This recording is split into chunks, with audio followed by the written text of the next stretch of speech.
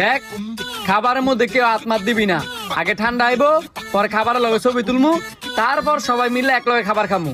Sir আমাদের এখানে তো ঠান্ডা শেষ। ঠান্ডা শেষ হলে বাইরে তাই না দাও। স্যার আমাদের হোটেলে তো এরকম নিয়ম নাই, ঠান্ডা যদি আনতে হয় আপনাদের এখান থেকে যে একজনকে আনতে হইব।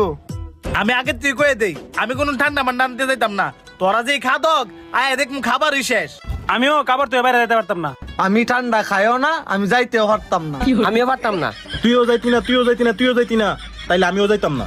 তোরা কেউ যাইতি না, তাহলে কি আমি যামু? তার চেয়ে বলে আমার মাথার মধ্যে একটা বুদ্ধি আইছে, লটারি দিমু, লটারির মধ্যে জ্যান নাম উঠবো, হ্যাঁ ঠান্ডা আনতে যাইবো। ঠিক আছে, তো কাগজ কলম লই আয়।